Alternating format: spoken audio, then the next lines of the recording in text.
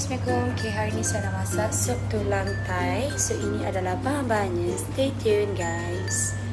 Ini adalah tulang yang dah direbus selama 1 jam.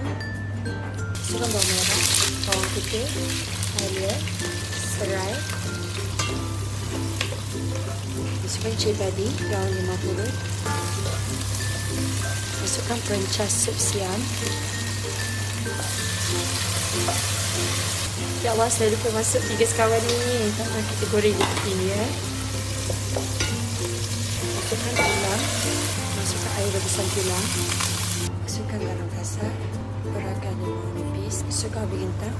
Masukkan carrot. Masukkan celery. Taburkan bawang goreng dan daun sup.